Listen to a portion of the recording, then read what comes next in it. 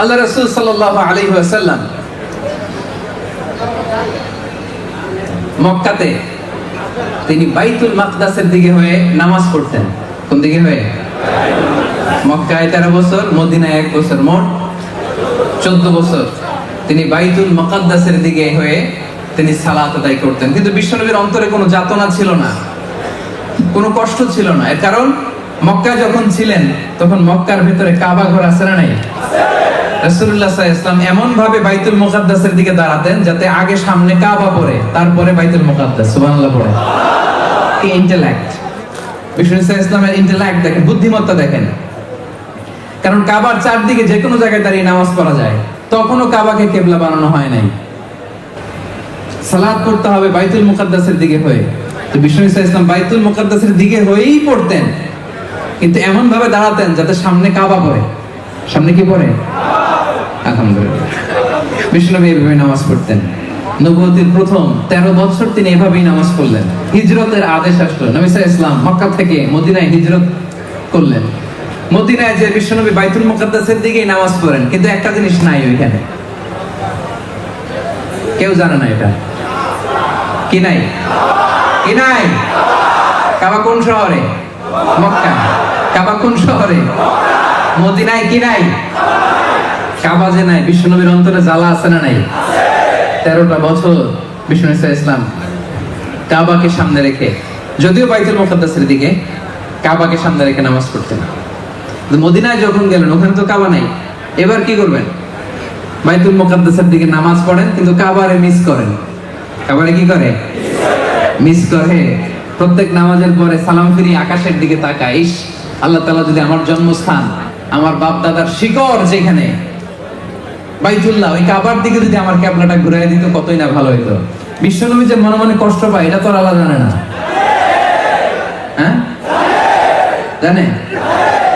আল্লাহ তাআলা আয়াত নাযিল করলেন, ক্বাদ নারা তাকাল্লুবা ওয়াজহিকা ফিস সামা। নবী হে, নামাজের পরে মনের কষ্ট নিয়ে যে উপরের দিকে তাকায় কি ভাবেন আমি কিন্তু বুঝি, আমি কিন্তু জানি।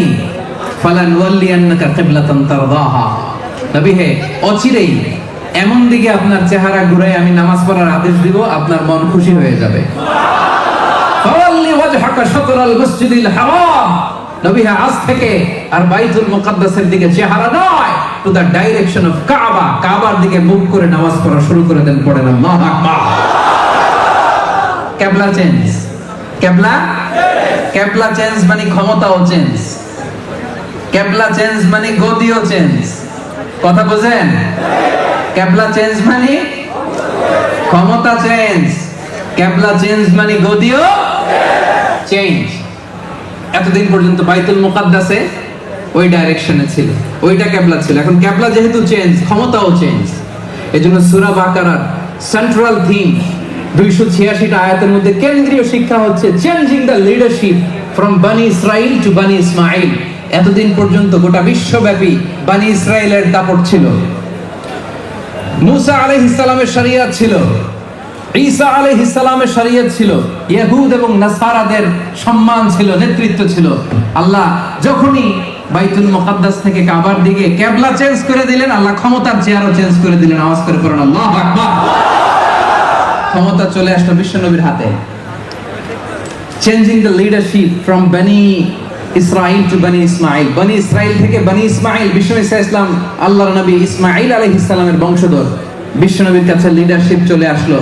বিশ্বনবী সাল্লাল্লাহু আলাইহি ওয়াসাল্লাম এখন আর বাইতুল মুকাদ্দাসের দিকে ফিরে নামাজ পড়ে না। কথা বুঝতেছেন? মনোযোগ রাখলে অবশ্যই বুঝবেন, আমি খুব সহজ করে বুঝাবো। এখন আর বিশ্বনবী বাইতুল মুকাদ্দাসের দিকে নামাজ পড়ে না। কোন দিকে নামাজ পড়ে? সবাই বলতে হবে একসাথে, কাবার দিকে হয়। বিশ্বনবী সাল্লাল্লাহু আলাইহি ওয়াসাল্লাম নামাজ পড়তে শুরু করলেন। তো এই যে মদিনাতে যে 1 বছর বাইতুল মুকাদ্দাসের দিকে পড়ে, আবার 1 বছর বা 17 মাস পরে কাবার দিকে পড়ে, ইহুদিরা টিটকারি মারতে শুরু করছে। যুগে যুগে টিটকারি আসে না নাই? বিশ্বনবী সাল্লাল্লাহু আলাইহি ওয়াসাল্লাম বলে, মুহাম্মদ একবার ফিরো পূর্ব দিকে, আরেকবার পশ্চিম দিকে, আসলে যাইবা কোন দিকে? বিশ্বনবী টিটকারি মেরে বলে, একবার ঈমান আনো পূর্ব দিকে, আবার ঈমান পশ্চিম দিকে, তোমার ঈমান আসলে কোন দিকে? বিশ্বনবী সাল্লাল্লাহু আলাইহি ওয়াসাল্লামকে টিটকারি মারলেন। বিশ্বনবী সাল্লাল্লাহু আলাইহি ওয়াসাল্লামকে টিটকারি মারা আরশের উপর থেকে আল্লাহ পাক সহ্য করতে পারে? পারে?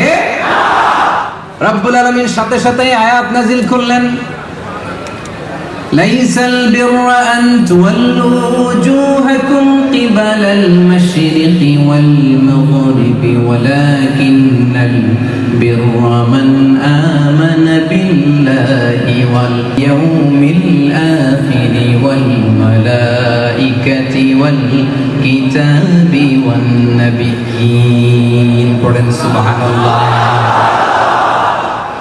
আল্লাহর নবী ইহুদিদেরকে জানিয়ে দিলেন, শোনো শোনো, পূর্ব আর পশ্চিম দিকে তাকিয়ে ইবাদত করার নাম ঈমান নয়। পূর্ব আর পশ্চিম দিকের মালিক কে? উত্তর দিকের মালিক কে? দক্ষিণ দিকের মালিক কে?